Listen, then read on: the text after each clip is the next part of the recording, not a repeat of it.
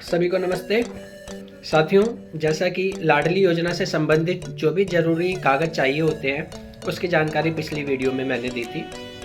इससे संबंधित एक और महत्वपूर्ण जानकारी जो इस वीडियो में मैं नहीं दे पाया था क्योंकि वो काफ़ी लॉन्ग हो गई थी, तो एक और बात निकल कर आई है कि कुछ लोगों ने जैसे जन्म के 1 साल के अंदर आवेदन किया तो उस आवेदन को, जो लाडली योजना का आवेदन है, उसको रिन्यू भी कराना होता है।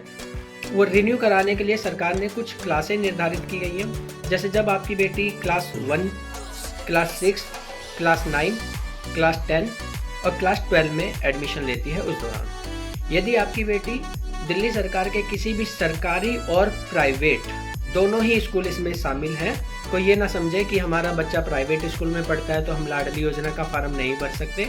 ऐसा बिल्कुल भी नहीं है, बशर्ते वह स्कूल जो है मान्यता प्राप्त होना चाहिए। तो सरकारी और प्राइवेट दोनों ही स्कूल में पढ़ रहे जो भी बच्चे हैं, जो भी बेटी हैं आपकी, आप ये आवेदन बिल्कुल करा सकते हैं। अब इसमें समझने वाली बात यह है कि जैसे आपने आवेदन कराया जन्म के 1 साल के अंदर अपनी बेटी का, तो अब जब आपकी बेटी क्लास 1 में एडमिशन लेगी तो उसी बीच में आपको उस पुरानी स्लिप के साथ, जो आपको आवेदन के समय मिलेगी, उस स्लिप के साथ और अपने जो भी दस्तावेज जो भी मैंने पहली वीडियो में बताया उन सभी के साथ उसको रिन्यू कराना बहुत ज़रूरी है।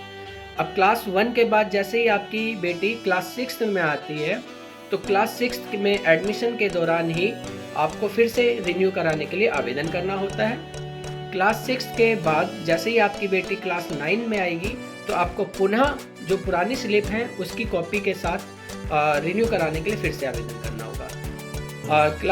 क्लास 1 से लेकर के आगे तक की क्लास के लिए जो भी रिन्यू की प्रक्रिया है वो स्कूल के माध्यम से की जाती है। जन्म के 1 साल के अंदर का जब आवेदन है तो माता पिता स्वयं ही उस फार्म को भर के या ऑनलाइन माध्यम से जमा करा सकते हैं, लेकिन रिन्यू की जो प्रक्रिया है वो स्कूल के माध्यम से ही सत्यापित होने के बाद होती है।